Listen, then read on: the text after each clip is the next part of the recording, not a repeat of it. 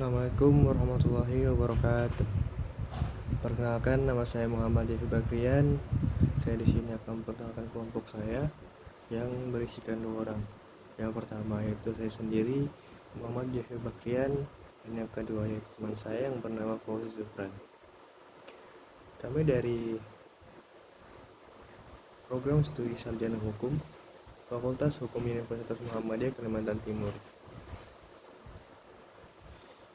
Dan kami di sini akan mereview jurnal yang berjudul Penyelesaian Sengketa Melalui Mediasi dalam Perspektif Hukum Perdata. Penulisnya yaitu Nurul Hidayah dan Ahmad Mustafa.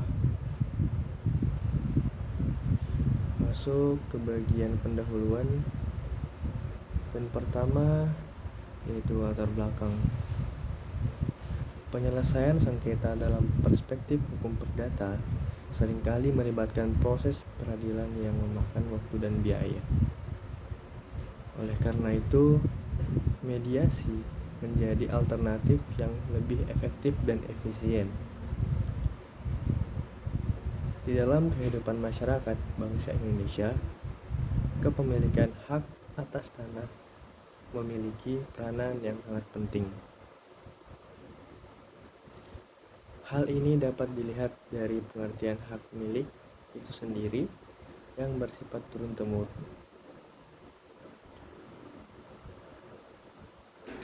Terkuat dan terpenuhi yang dapat dipunyai orang atas suatu tanah dari kata turun-temurun tersebut.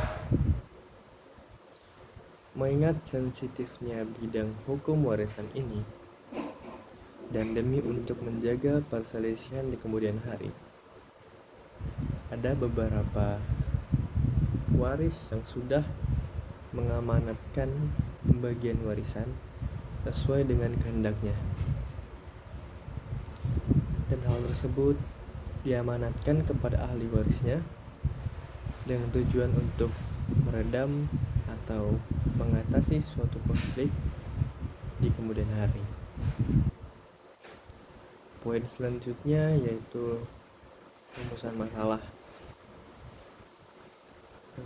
Yang pertama yaitu bagaimana mediasi dapat digunakan dalam menyelesaikan sengketa dalam perspektif hukum perdata.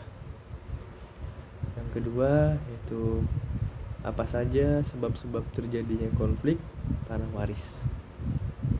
Dan yang ketiga yaitu bagaimana strategi masyarakat dalam menyelesaikan konflik tanah waris. Poin selanjutnya yaitu tujuan penelitian. Yang pertama yaitu untuk mengetahui bagaimana mediasi dapat digunakan dalam menyelesaikan sengketa dalam perspektif hukum perdata. Yang kedua, untuk menjelaskan dan mendeskripsikan sebab-sebab konflik tanah waris. Dan yang ketiga, untuk menjelaskan dan mendeskripsikan bagaimana strategi masyarakat dalam menyelesaikan konflik tanah waris. Poin selanjutnya yaitu metode penelitian.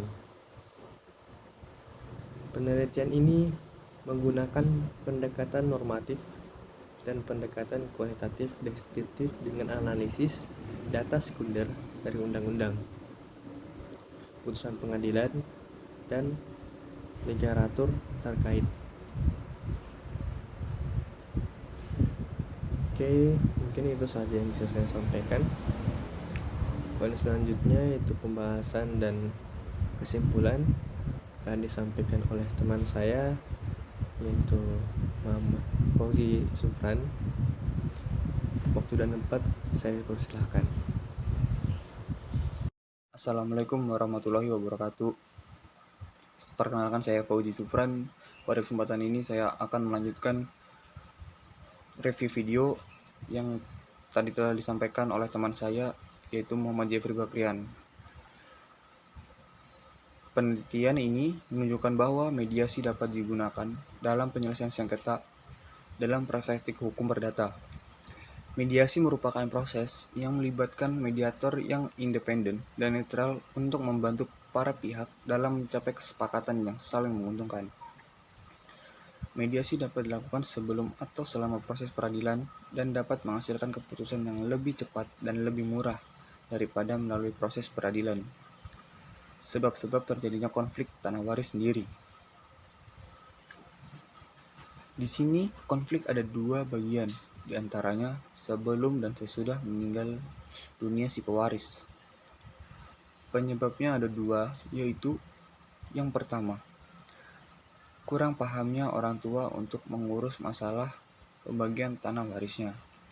Yang kedua, ada oknum ahli waris yang tamak dan ingin menguasai semua tanah waris milik orang tuanya tanpa memikirkan nasib saudaranya. Selanjutnya, strategi penyelesaian konflik tanah waris. Di desa ini memiliki keistimewaan yang tanggap di dalam mencegah juga menyelesaikan permasalahan tiap unit keluarga maupun tingkat masyarakat. Strategi yang dipakai diantaranya yang pertama ada hibah, kedua ada wasiat, dan yang ketiga menggunakan pihak ketiga atau mediasi. Selanjutnya, dalam penyelesaian konflik tanah waris, strategi hibah dapat digunakan sebagai solusi. Hibah adalah proses pemberian hak kepemilikan tanah oleh si pemilik kepada pihak lain secara sukarela. Dalam hal ini, pewaris dapat memutuskan untuk menghimbaukan sebagian atau seluruh tanah warisnya kepada salah satu atau beberapa ahli waris lainnya. Dengan cara ini, keadilan dan keuntungan dapat tercipta bagi semua pihak. Selain hibah, strategi penyelesaian konflik tanah waris juga dapat dilakukan dengan wasiat. Wasiat adalah dokumen yang dibuat oleh pewaris sebelum meninggal yang menentukan siapa yang akan menerima bagian dari harta waris. Dalam hal ini, pewaris dapat menentukan secara jelas dan adil siapa yang akan menerima bagian tanah waris dan seberapa besar bagian yang akan diterima. Terakhir, penggunaan pihak ketiga atau mediasi dapat menjadi strategi penyelesaian konflik tanah waris yang efektif. Mediator dapat membantu para pihak dalam mencari solusi yang menguntungkan semua pihak dan membantu menghindari proses peradilan yang mahal dan memakan waktu. Dalam mediasi, semua pihak akan diberikan kesempatan untuk menyelesaikan masalah secara damai dan meresap satu sama lain untuk memperoleh solusi yang saling menguntungkan.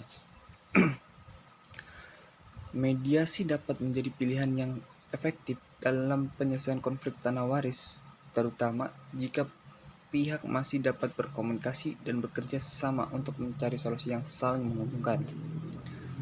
Mediator yang independen dan netral dapat membantu para pihak untuk mengeksplorasi opsi-opsi penyelesaian yang mungkin belum dipikirkan sebelumnya dan memfasilitasi proses negosiasi antara para pihak. Mediasi dapat menghasilkan keputusan yang lebih cepat, lebih murah, dan lebih fleksibel daripada proses peradilan, serta dapat membantu menjaga hubungan antara para pihak setelah penyelesaian konflik. Namun penting untuk diingat bahwa mediasi tidak selalu berhasil dan dapat dipengaruhi oleh banyak faktor, seperti kualitas mediator, kepercayaan antara para pihak, dan keinginan untuk menyelesaikan konflik. Selain itu, dalam beberapa kasus, mediasi mungkin tidak dapat mencapai kesepakatan yang diinginkan oleh salah satu atau dua belah pihak, dan proses peradilan mungkin tetap diperlukan untuk penyelesaian sengketa. Oleh karena itu, penting untuk mempertimbangkan dengan hati-hati strategi penyelesaian konflik mana yang paling tepat dalam setiap kasus tanah waris yang kompleks. Baik, selanjutnya kita masuk ke tahap penutupan. Di sini ada kesimpulan. Saya berkesimpulan bahwa berdasarkan hasil penelitian dapat disimpulkan bahwa mediasi dapat menjadi alternatif yang efektif dan efisien dalam penyelesaian sengketa. Dalam perspektif hukum perdata, mediasi dapat membantu mengurangi beban kerja peradilan, mempercepat penyelesaian sengketa, dan menghemat biaya. Oleh karena itu, upaya untuk mempromosikan mediasi sebagai alternatif penyelesaian sengketa perlu terus dilakukan. Penyelesaian konflik tanah waris dilakukan melalui beberapa strategi seperti hibah, wasiat, dan mediasi. Pahaman yang baik terhadap masalah waris dan penggunaan strategi yang dapat membantu dalam menciptakan solusi yang adil dan menguntungkan semua pihak yang terlibat.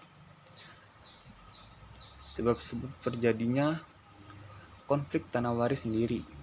Di sini konflik ada dua bagian, diantaranya sebelum dan sesudah meninggal dunia si pewaris. Penyebabnya ada dua, yaitu yang pertama kurang pahamnya orang tua untuk mengurus masalah pembagian tanah warisnya. Yang kedua, ada oknum ahli waris yang tamak dan ingin menguasai semua tanah waris milik orang tuanya tanpa memikirkan nasib saudaranya. Mediator dapat membantu para pihak dalam mencari solusi yang menguntungkan semua pihak dan membantu menghindari proses peradilan yang mahal dan memakan waktu. Mediasi dapat menjadi pilihan yang efektif dalam menyelesaikan konflik tanah waris, terutama jika para pihak masih dapat berkomunikasi dan bekerja sama untuk mencari solusi yang saling menguntungkan. Mediasi dapat menghasilkan keputusan yang lebih cepat, lebih murah, dan lebih fleksibel daripada proses peradilan, serta dapat membantu menjaga hubungan antara para pihak setelah penyelesaian konflik. Namun, penting untuk diingat bahwa mediasi tidak selalu berhasil dan dapat dipengaruhi oleh banyak faktor seperti kualitas mediator, kepercayaan antara para pihak, dan keinginan untuk menyelesaikan konflik. Mungkin itu saja yang saya dan teman saya dapat sampaikan. Sekurang-kurangnya saya mohon maaf. Saya Fauzi Sufran dan Muhammad Jeffrey Bakrian mengucapkan mohon maaf yang sebesar-besarnya. Sekian dan terima kasih. Wassalamualaikum warahmatullahi wabarakatuh.